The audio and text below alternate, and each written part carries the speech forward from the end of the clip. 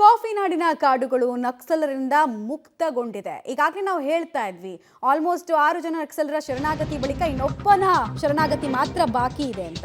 2 ದಶಕದ ಬಳಿಕ ಕೆಂಪು ಉಗ್ರತ್ವದ ಕೊನೆಯ ಮೊಳೆಯೂ ಕೂಡ ಶರಣಾಗುವತ್ತ ಚಿತ್ತವನ್ನ ಹರಿಸ್ತಾ ಇದೆ ಅಂತ ಡೀಟೇಲ್ಸ್ ಇದು. ಶಾಂತಿಗಾಗಿ ನಾಗರಿಕ ವೇದಿಕೆ ಸದಸ್ಯರನ್ನ ಸಂಪರ್ಕ ಮಾಡಿದ್ದಾರ ರವೀಂದ್ರ ಅನ್ನೋರು. ಇನ್ನೊಂದು ವಾರದ ಒಳಗೆ ನಕ್ಸಲ್ ರವೀಂದ್ರ ಶರಣಾಗತಿ ಆಗ್ತಾರೆ ಅಂತ ಹೇಳಲಾಗ್ತಾ ಇದೆ. ಶೃಂಗೇರಿ ತಾಲೂಕಿನ ಕಿಗ್ಗಾ ಸಮೀಪದ ರವೀಂದ್ರ ಕೂಡ ಕಾಡು ಸೇರಿ ಬಹಳಷ್ಟು ವರ್ಷಗಳಾಗಿತ್ತು. ಬಟ್ ಈ ನಕ್ಸಲ್ ಶರಣಾಗತಿ ಪ್ರಕ್ರಿಯೆ ಎಲ್ಲ ಇತ್ತೀಚೆಗಷ್ಟೇ ಆಯ್ತಲ್ಲ ಮುಖ್ಯಮಂತ್ರಿಗಳ ಮುಂದೆ. ಇತಿಹಾಸದಲ್ಲಿ ಮೊದಲ ಸಲ ಮುಖ್ಯಮಂತ್ರಿಯೊಬ್ಬರ ಮುಂದೆ ಅಷ್ಟು ಜನ ಬಂದು ಶರಣಾಗತಿ ಆಗಿತ್ತು. ಇವರು ಕೂಡ ಈಗ ಶಸ್ತ್ರತ್ಯಾಗ ಮಾಡೋದಕ್ಕೆ ಮುಂದಾಗಿದ್ದಾರೆ ಅಂತ. ಸೊ ಇದಿನ್ನೂ ಪ್ರಸ್ತಾಪದ ಹಂತದಲ್ಲಿದೆಯಾ ಅಥವಾ ಯಾವಾಗ ಅವರು ಸಮಾಜದ ಮುಖ್ಯವಾಹಿನಿಗೆ ಬರೋದಕ್ಕೆ ಬಯಸ್ತಾರೆ ಅನ್ನೋದನ್ನ ನೋಡಬೇಕಾಗತ್ತೆ. ಅಲ್ಲಿಗೆ ಇವರು ಕೂಡ ಬಂದು ಶರಣಾಗತಿ ಆಗ್ಬಿಟ್ರೆ ಕರ್ನಾಟಕ ರಾಜ್ಯ ಈ ಕೆಂಪು ಉಗ್ರತ್ವದ ಕಳಂಕ ಏನಿತ್ತು, ಹಣೆಪಟ್ಟಿ ಏನಿತ್ತು, ಅದನ್ನೆಲ್ಲ ಶಾಶ್ವತವಾಗಿ ಕಳಚ್ಕೊಂಡಂಗಾಗತ್ತೆ. ಮತ್ತೆ ಪ್ರಭುತ್ವದ ವಿರುದ್ಧ ಸೇಡಿಗೆ ಅವಕಾಶ ಕರ್ನಾಟಕದ ನೆಲದಲ್ಲಿ ಕನ್ನಡಿಗರು ಕೊಡಲಿಲ್ಲ ಅನ್ನೋ ಸಂದೇಶ ಇಡೀ ದೇಶಕ್ಕೆ ಹೋದಂಗಾಗತ್ತೆ. ಸೊ ನಕ್ಸಲ್ ರವೀಂದ್ರ ಚಿತ್ತ ಯಾವ ಕಡೆಗೆ ಅನ್ನೋದು ಕುತೂಹಲಕ್ಕೆ ಕಾರಣ ಆಗ್ತದೆ. ಇವರೊಬ್ಬರೇ ಬಾಕಿ ಇರೋದಷ್ಟೇ. ಡೀಟೇಲ್ಸ್ ಕೊಡ್ತಾರೆ ನಾರಾಯಣಗೌಡ.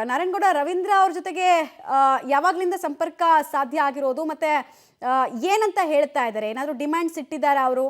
ಯಾವಾಗ ಸಮಾಜದ ಮುಖ್ಯವಾಹಿನಿಗೆ ಬರೋ ಚಾನ್ಸಸ್ ಇದೆ ಬಂದ್ರೆ?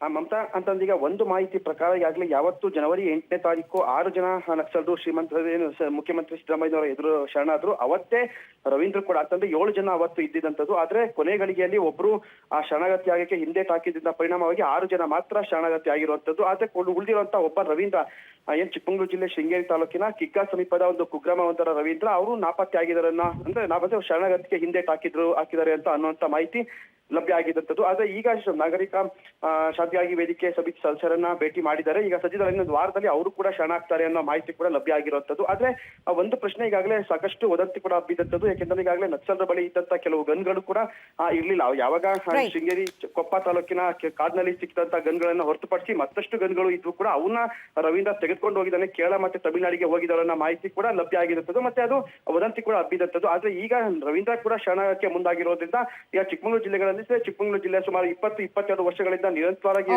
ಏನ್ ನಕ್ಸಲ್ ಚಟುವಟಿಕೆ ಸಂಪೂರ್ಣ ಒಂದು ಮುಗ್ದೋಗ್ತೆ ಅಂತಾನೆ ಹೇಳ್ಬೋದಿರುವಂತದ್ದು. ಮಮತಾ, ಧನ್ಯವಾದ ತಮ್ಮೆಲ್ಲ ಮಾಹಿತಿಗಾಗಿ ನಾರಾಯಣಗೌಡ.